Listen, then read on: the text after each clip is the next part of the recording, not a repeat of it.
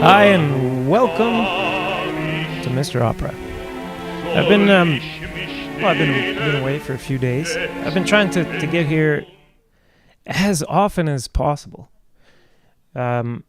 because nobody's doing a stream like this. So if someone is not going ahead and getting this started before there's already an audience, then nobody's really building an audience. So here we are. But when my crappy legs, when my body is allowing me to, I've got some injuries that I'm recovering from at the moment. But some of the shows that were on my schedule for this season, I can still do. And I was lucky enough this past week to be able to do Samson and Delilah, singing in the role of Samson. So that's where I was. Here's a little...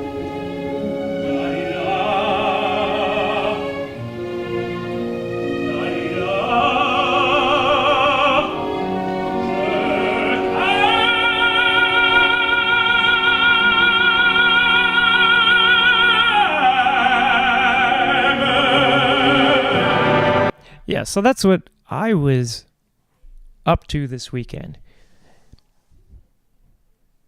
And it got me thinking about what it is that we mean when we say manly singing. Because with the role of Samson being what it is, it comes, it comes up. In this particular clip, I think there could be more what I call metal in the voice. And I was able to get that going really well last night, but it's not thanks to the help of This Is Opera. I have to say, it's not thanks to their help that any of this has started to make sense in my life or in my singing. It just doesn't. It didn't help me to get the information that This Is Opera was distributing, selling. I guess actually they were selling it. The idea was to sell you voice lessons. And I guess that's like, my idea too, to some extent. I think maybe we should think about if voice lessons are even a good idea in the first place, and if what we call voice lessons actually had anything to do with what it is that we crave. But more importantly, there's the question of, do we live in a time, do we come from a generation that actually deserves any of the stuff that groups like This Is Opera were yearning for, and I would say demanding? And we're going to take a look today at their take on manly singing. And what I want to focus on is, how are we actually, how are we proposing to solve any kind of problems that we're talking about? And as an opera audience, what's our actual responsibility? If we want a particular kind of singing, how do we go about getting it? And are some ways of going about getting it going to be more productive than others? And then, if we keep doing something and it keeps not working, and then we keep doing it harder, the more it doesn't work,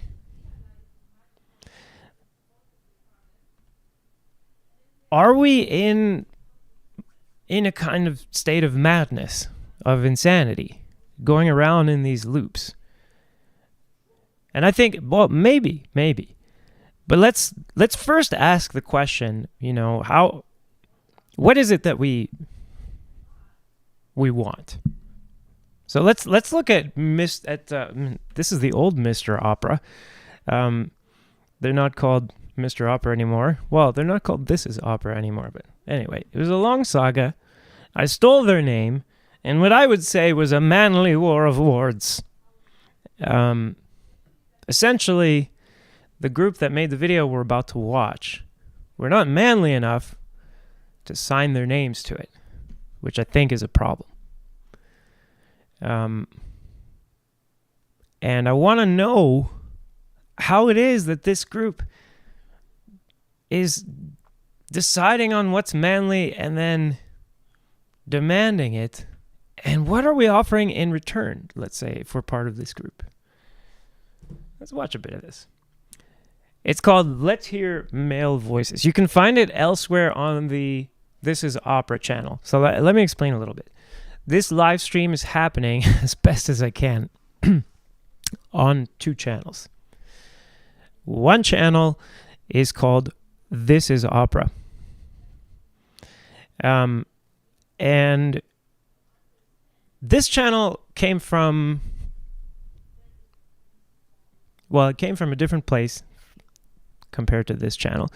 It was started by a group, and it was started by a group of aspiring singers and their kind of voice teacher leader. So this started out as a gang. And this channel actually got started fighting this gang, if you will. And the narrative became that I was a really big fan of the way singing had developed over the past 70 years. I guess because they assumed that anyone who's against what they were doing must be also against them as far as what they feel is the goal in their classical singing. Which, okay, I mean, fair enough. I guess enemy of my enemy, that kind of stuff. And it's unfortunate because the way I got to the point where I just lost my cool and pick a fight with a much, much bigger channel that's operating like a mafia is because I've been at this for years. I've been working as a singer for more than 2 decades. Now that I grew a beard, people believe it a little bit more readily. But when I shave my face and stuff, people still treat me like a baby. And so I get to see the way that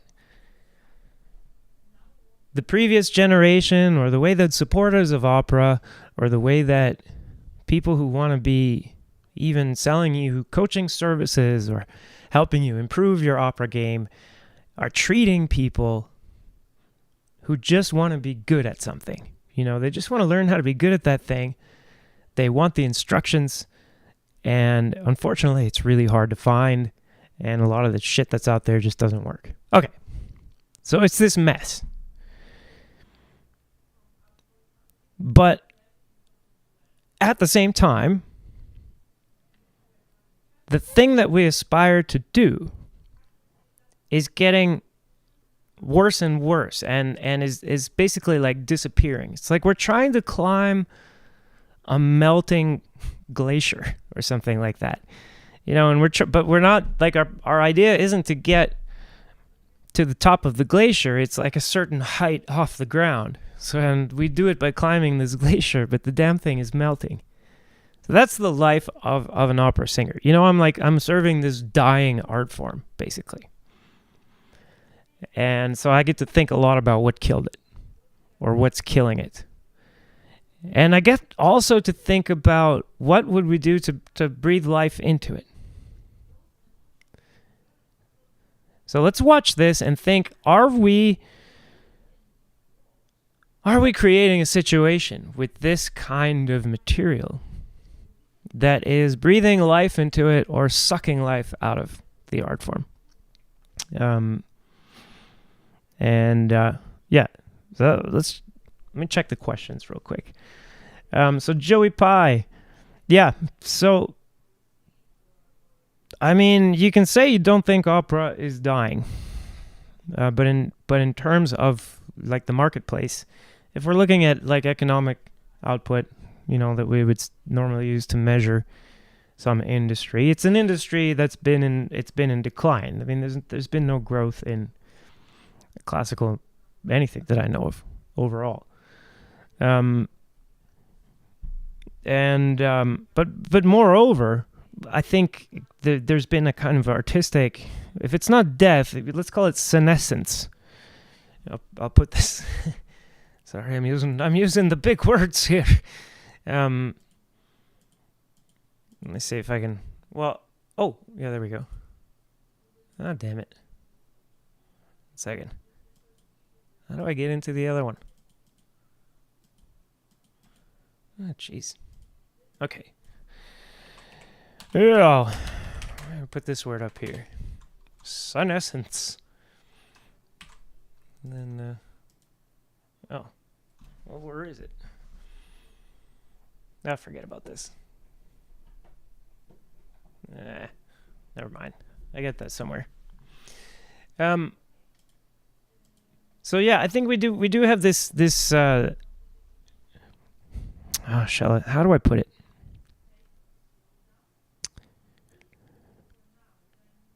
It's like a combination of not being a really great museum, and then also the things that they do to try to not be a museum kind of further reduce the relevance of it in the moment. So it's to me it's like it's a 1-2 punch. We have this really bad regie theater kind of trend that is now, like, it should be considered way out of date by this point. It's old. It's really old news, in my opinion, now, to like reset your operas in some different setting. So this weekend I'm singing Samson and Delilah. You know, it's whatever. Great people. My director is a great person. I'm sure, you know, and really intelligent, sensitive person, right? But we're doing Samson and Delilah, and we're, for some reason, using the theme of the movie Casino as our background, and it so doesn't fit.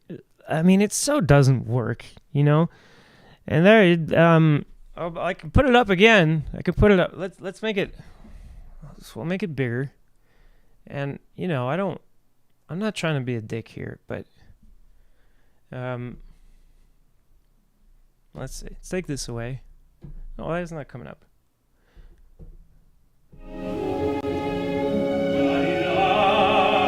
Alright, so I'm surrounded by curtains. Gold curtains. You know how much easier this would be to sing?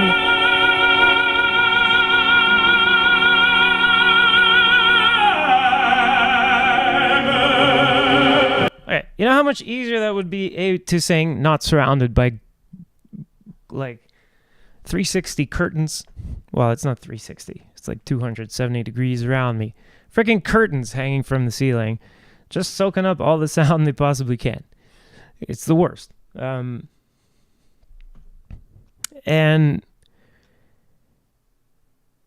I don't have long hair.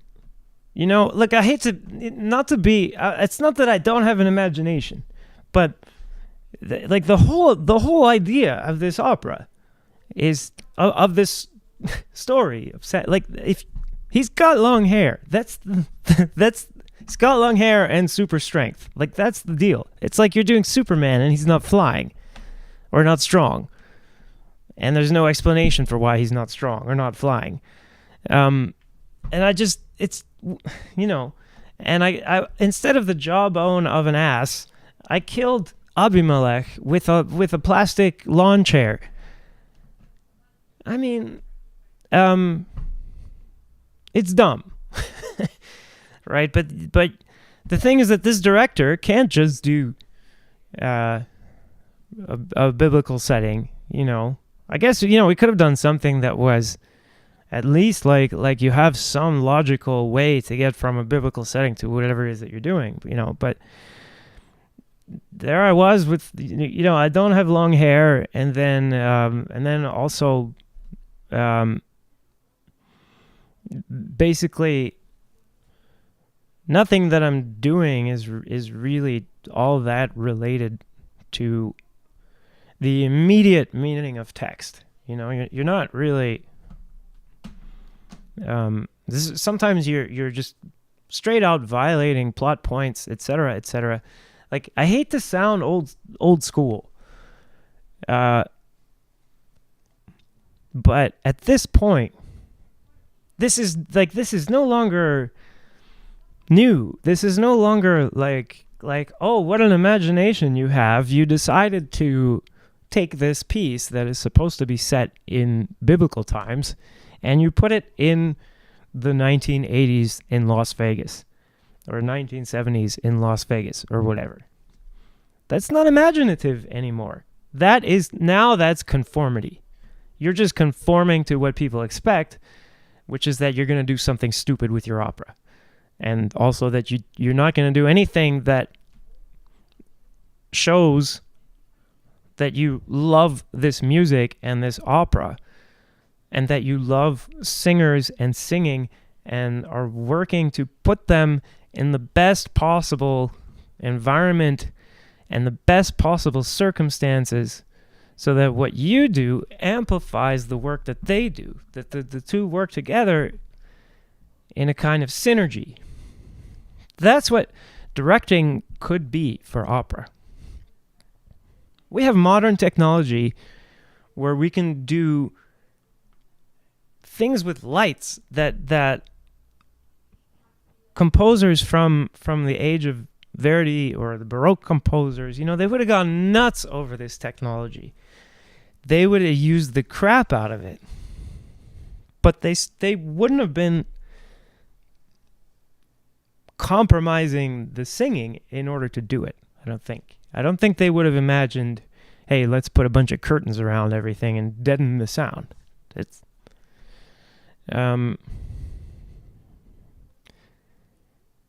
so we have this whole industry where, like,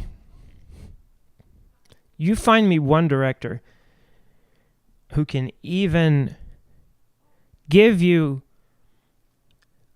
some reasonable explanation of what it is a singer needs. Even just pick a category, physically. You say to them, physically, how do you make sure that your stagings are giving your singers the best opportunity to sing their best? Or if you ask them, like, what kind of stagings interfere with singing and what kind of stagings support singing?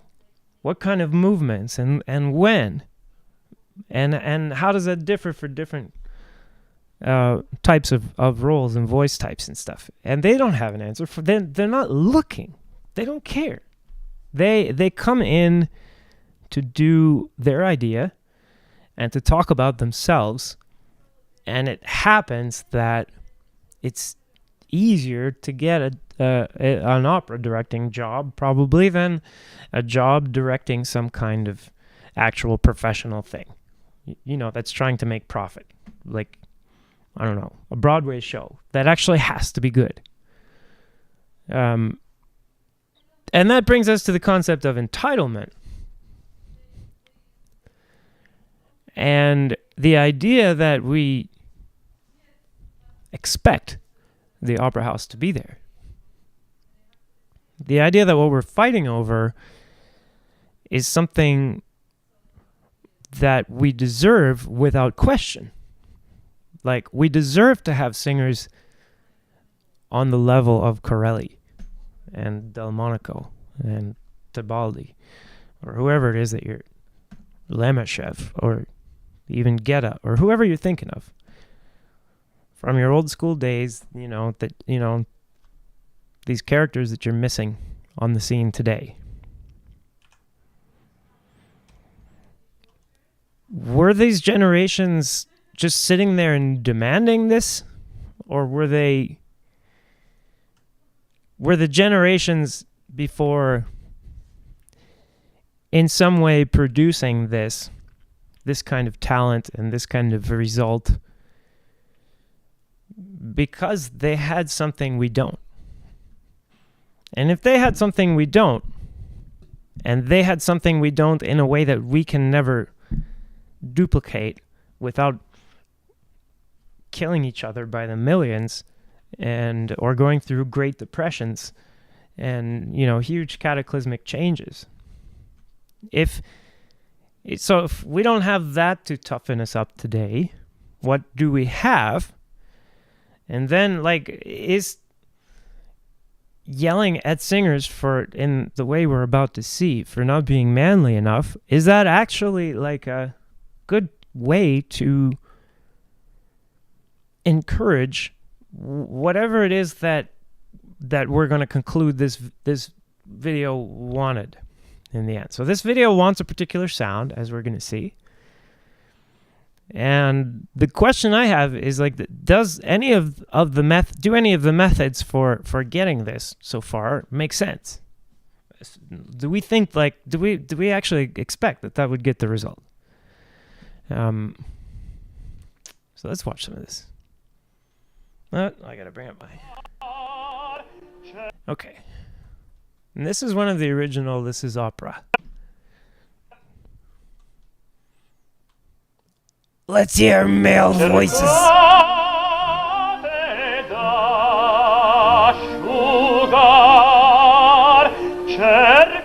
Sounds metallic.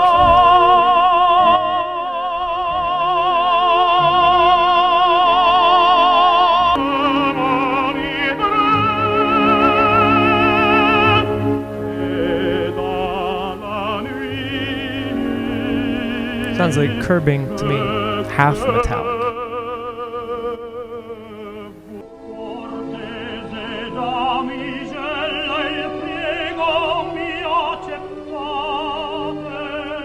Oh, that actually sounds kind of neutral,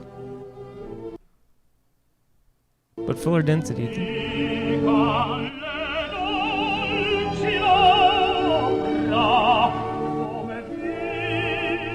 Might be curbing.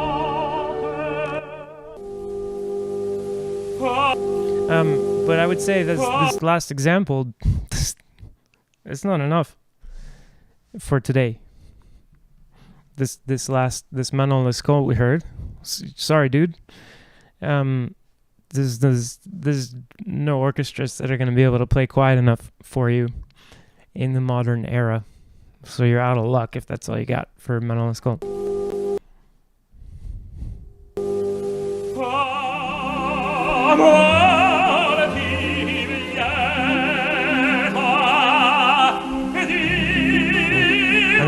Ghetto. We covered Ghetto last time, so. Se quel guerriero fossi, se il mio sogno si avverasse. What do we got there? Un esercito di prodi da me guidato. I think reduced density edge kind of thing. So still metallic, I think.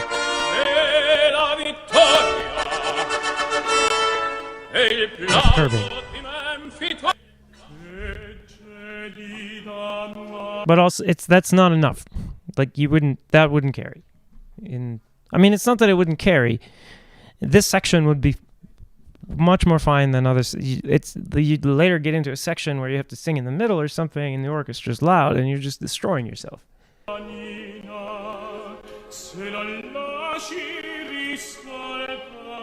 I get it. Okay, so the modern one is supposed to be bad.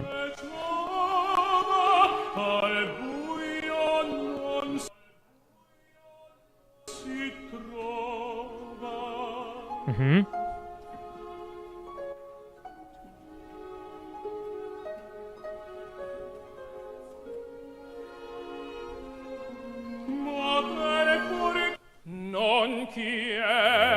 Okay, so that was not metallic singing.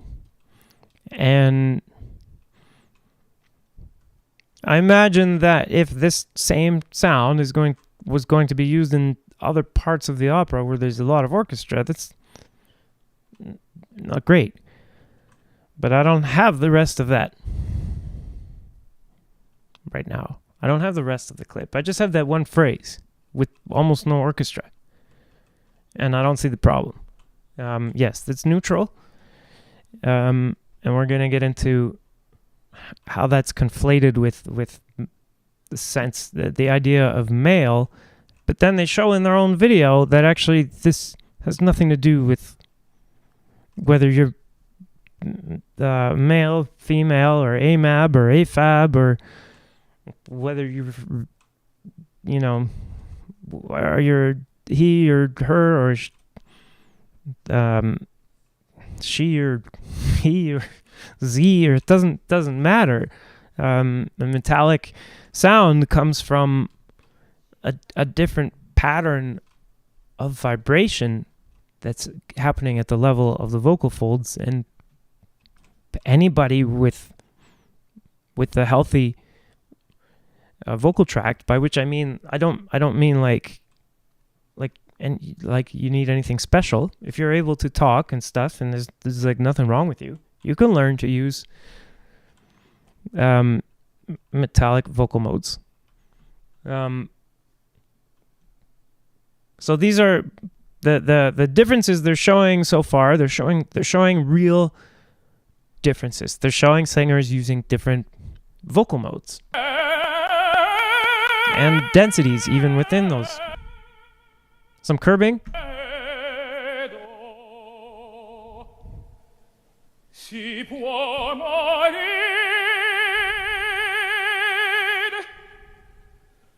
It's curbing. Si può morir. Je vais marcher sous votre drapeau. Oh, they turned him down. They really hate Flores. Désormais me rend aéro. Oh, quel bonheur! Oui, mes amis, je vais marcher sous vos drapeaux, je vais marcher sous vos drapeaux. So the top notes are metallic as far as I can tell. So I guess their issue would be more in the middle. I'm not sure what they want for this repertoire. If they were to keep the vocal folds shorter, it might be quite exhausting for him and the audience, because the tessitura is a bit high in this in the music. Some of the music that they're showing.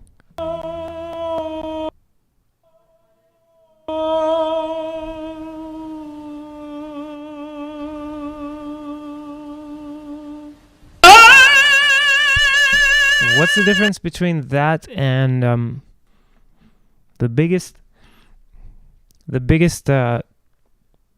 spinto tenor you can think of doing a, I don't know. Let me think of a famous pianissimo phrase. What about the high B flat that's written pianissimo in Don Jose's aria? It's quite often falsetto, just like what we just heard. I don't know.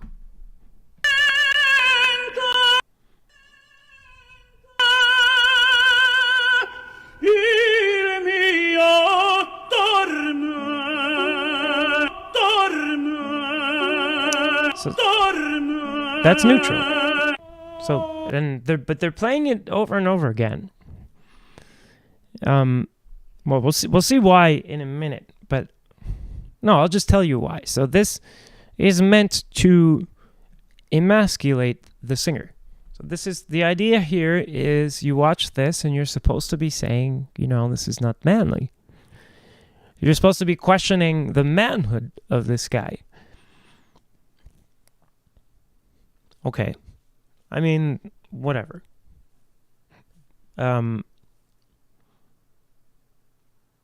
If you're woke, if you're not woke, all that stuff. Put all of that aside. All the gender issues, identity politics, put all of that aside. From the level of being practical, from the point of view of like, okay, we want to get this job done. The job done, let's define it. And we're going to define it from not what they're saying, but what they're showing. What they're showing is that they prefer just like Mr. Opera, fuller density and metallic. They're fans of really metallic, fuller density singing, just like me. And that's cool. I applaud them on liking the coolest stuff. No, I mean, and also when it comes to the sopranos and mezzos and stuff, even when they're in a higher range, which I admit is less interesting to me than listening to male voices singing their high notes, which are like middle notes for the sopranos and mezzos and stuff. I've always been more interested by this metallic singing. The stuff that they're showing as old school, as manly. But let's say I have 100 people. Now, let's say I have 1,000 people, and I get in my head the goal of seeing how many of these 1,000 people I can encourage to develop fuller density and metallic singing. What would I do? If we were to take this approach, then what I would do is, essentially I would be like this Caesar Milan dog whisperer guy who goes and says, oh yeah, you got to be the alpha of your pack, right? So the dog's not walking properly on a leash. You can watch the show. He'll put a leash on the dog, and then he goes out and walks with the dog, and if the dog steps out of line, he kicks it. And he has like his special way of kicking the dog. Like he uses the bottom of his foot, and he like reaches behind his body with his foot, and he kicks but he's kicking the dog. And when the dog wants to stop getting kicked, it's gonna have to walk in the right place. Okay. The thing is, the dog is on a leash, and the dog is not is like we consider it like a species below humans. And then the other thing is that if you have 1,000 dogs and you wanted to get all of them or the most of them possible to be walking the way that the owners want to next to them and not pulling on the leash and stuff, you wouldn't kick them like the dog whisperer guy does. That's called negative reinforcement. And the idea with negative reinforcement, it's a psychological tool, is that when you take action, it reduces the stimulus and that reinforces that action. The classic example of negative reinforcement is you get in your car, you roll down the windows, and you start driving and you go fast. And now the wind is blowing in your face, so you roll up the window. That's negative reinforcement. They're using that same technique here, or attempting to. And from what I'm told, it was also used in their voice lessons and then in their social group to try to achieve what they're showing here, which is more metallic singing and fuller density singing.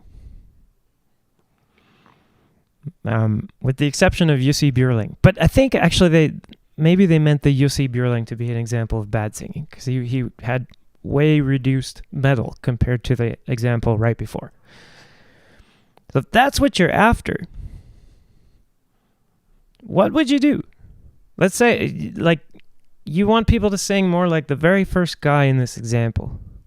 Well, why not make it really attractive for someone to come along and show that they can sing with fuller density and more metallic than other people? This seems obvious, right? You make rewards for doing the thing that it is that you wanted people to do. And we call this business in human circles.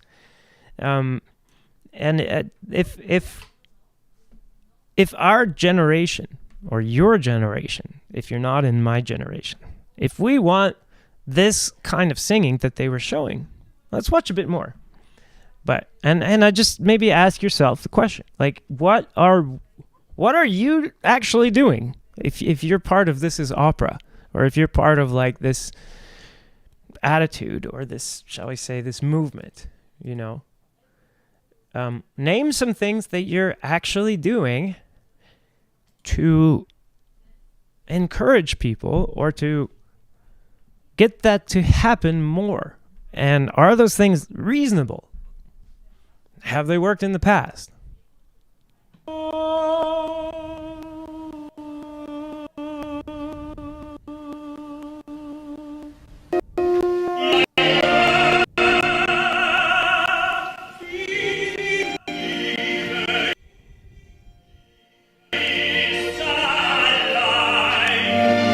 Sounds metallic to me.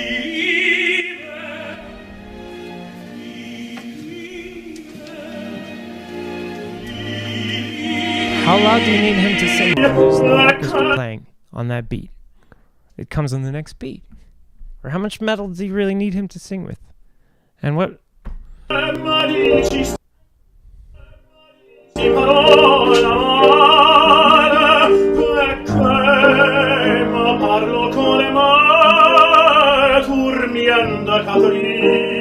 Curbing, I think. So half metallic, half metallic.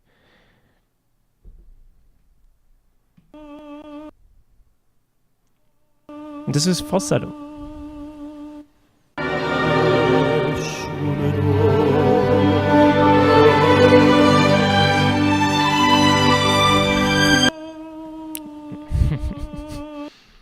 We have a low D for the tenor in Nessun Dorma, which many tenors have on some days, but not other days.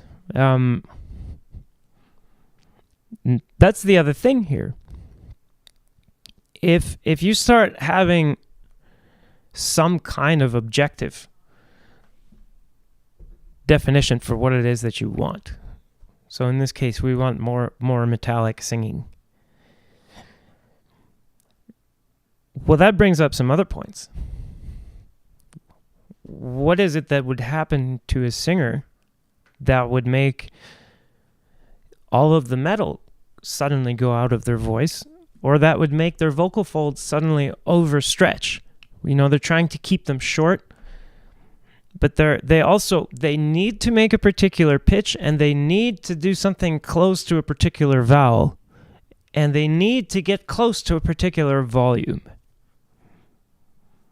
And there's more than one way to change even just the pitch of the voice. So the pitch is based on just the frequency of how often the vocal folds are opening. But how often the vocal folds are opening doesn't tell you how quickly do they close and how quickly do they open. You don't know anything about the proportion of the one to the other. And then you also don't know how long are they touching once they close. So they could stay closed for a really long time, then really quickly open and close again. And as long as that happens at the right frequency, you're going to have that pitch. These examples where we have this falsetto singing, the vocal folds are basically as stretched out as they can be. Sometimes on stage, I've gone out and what I've rehearsed and what I've practiced and what we had maybe just the morning before. So for me, it's easier in the morning. So the morning before, maybe I was like fuller density and metallic. And then maybe today I get up there and I start singing. Oh, I keep losing my collection. Oh, I guess I'll have to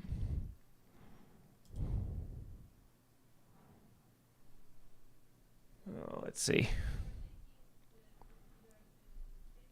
I'm gonna try closing out the TIO.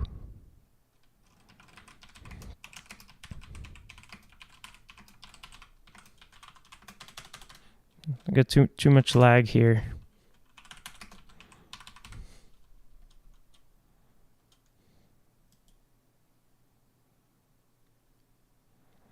Oh, hi. Cantarabella. I'm gonna put the link here for where you can find the stream. Because I got a bad connection or whatever. It seems like there's bad traffic from Europe or something. So I'm gonna put the link for you there over on the This Is Opera side, and then I'm gonna end that. So come on over, Cantarabella, and tell us about it. Yep. So, but we're yeah.